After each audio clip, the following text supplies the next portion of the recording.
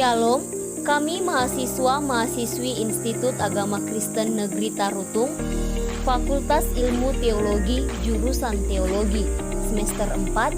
Video ini kami buat untuk menyelesaikan mata kuliah Sejarah Gereja Indonesia dengan dosen pengampu Bapak Ronald Sagala MTH. Kami dari kelompok 5 yang beranggotakan Febi Rifka Situmorang, Gibson Manik, Dina Hasudungan Boru Marpaung, Dedi Endra Tumangger, Wineka Si Zaluku, Yaaro Zendrato. Video ini membahas sejarah gereja Pentakosta di Indonesia. I got so much motherfucking design on right now. Break it down, bring it back, make it clap. I got 3 old thoughts, new block, where that thing, bitches on my line, and you know. Pendiri Gereja Pentakosta Indonesia adalah seorang pendeta evangelis Renatus Siburian.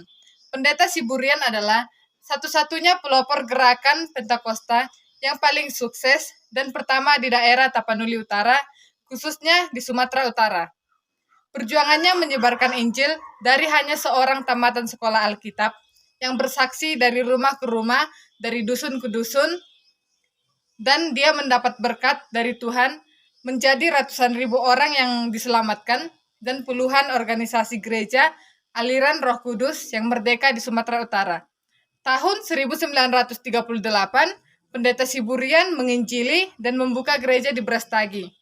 Tetapi dia mendapat rintangan dari pemerintahan Belanda sebab izin untuk menginjili belum juga dikeluarkan oleh Gubernur Jenderal. Setelah mendapat rintangan dari pemerintah Belanda di Brastagi, Pendeta Siburian pindah ke kota Area, ibu kota Provinsi Sumatera untuk menginjili. Hanya beberapa bulan di sana, banyak yang sudah nyaman dan sukses membuka sidang yang seluruh anggotanya terdiri atas orang Tionghoa. Di sini, pemerintah Belanda kembali memanggil Pendeta Siburian dan mencetuskan bahwa dia tidak boleh membuka sidang di kota itu karena izin penginjil tidak benar atau belum keluar dari gubernur. Oleh sebab tekanan pemerintah Belanda, pada tahun 1939, ia pindah ke satu kota kecil bernama Kisaran dan bertugas sebagai guru agama di gereja HCB atau Huria Kristian Bata, satu gereja beraliran Protestan. Dengan demikian, dia dapat memakai keaktifan penginjilannya di sekitar daerah itu dengan gerakan Roh Kudus di daerah Asahan dan Labuan Batu. Bahkan pada saat ini, banyak orang yang dibaptis atau baptis selam, termasuk pada beberapa anggota gereja HCB. Pada tahun 1941, oleh karena merasa gerakan penginjilannya terbatas di daerah tersebut, maka dia menuju kota Balige di Tapanuli Utara dan mulai mengadakan gerakan penginjilan di daerah itu. Kemudian daripada itu, Pendeta Simanjuntak datang dan dia bekerja sama dengan Pendeta Siburian. Sementara itu, izin dari Gubernur Jenderal tidak dapat diharapkan lagi bisa diterima oleh Pendeta Siburian sebab pemerintahan Belanda telah mencapnya sebagai nasionalis yang pada waktu itu sangat dibenci oleh Belanda.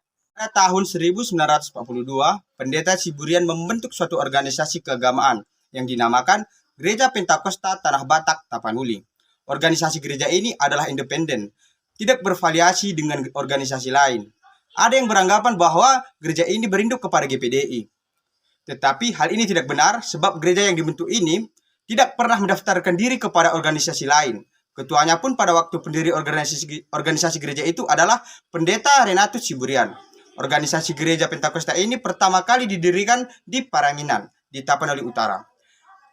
Sejak itu, penginjilan dengan nama Gereja Pentakosta ini mengembang sampai ke seluruh pelosok Tapanuli Utara. Gereja ini berkembang dengan baik dan kemudian menyebar sampai ke Sumatera Timur. Pengembangan penginjilan yang demikian pesat adalah ditunjang oleh banyaknya tanda-tanda, heran dan mukjizat yang terjadi di setiap kebaktian massal atau KKR maupun kebaktian rutin. Gereja ini berkembang menjadi evangelikal atau krus yang murni. Gereja tersebut berkembang menjadi gereja Injili yang fungsinya bukan lagi hanya menampung orang-orang percaya, tetapi menjadi pusat gerakan penginjilan di seluruh tanah Batak. Dan kemudian Sumatera Timur atau sekarang masuk Sumatera Utara, gereja ini tentu menjadi penggerak penginjilan Pentakostawi. pada tahun 1944, Pentakosta Tapanuli ini mengadakan sinode yang langsung dipimpin oleh Pendeta Renatus Siburian.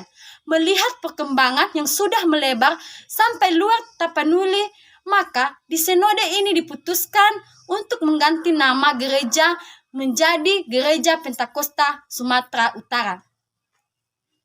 Pada tahun 1945, Pendeta Siburian mendaftarkan organisasi gereja ini ke pemerintah Republik Indonesia di Pulau Jawa melalui Jawatan Agama Tapanuli, Pulau Jawa. Visi Pendeta Siburian mengenai gereja ini terbuka ketika dia sadar bahwa gereja ini bisa berkembang ke segala pelosok. Pada mulanya, dia berpikir bahwa gerakan ini hanya terjadi di sekitar Tapanuli saja. Namun Tuhan bermaksud lain, dan ini dengan cepat disadari. Penginjilan ini tidak dapat dibatasi oleh garis perbatasan daerah, sebab penginjilan ini adalah untuk semua manusia. Pada tahun 1948, Gereja Pentakosta Sumatera Utara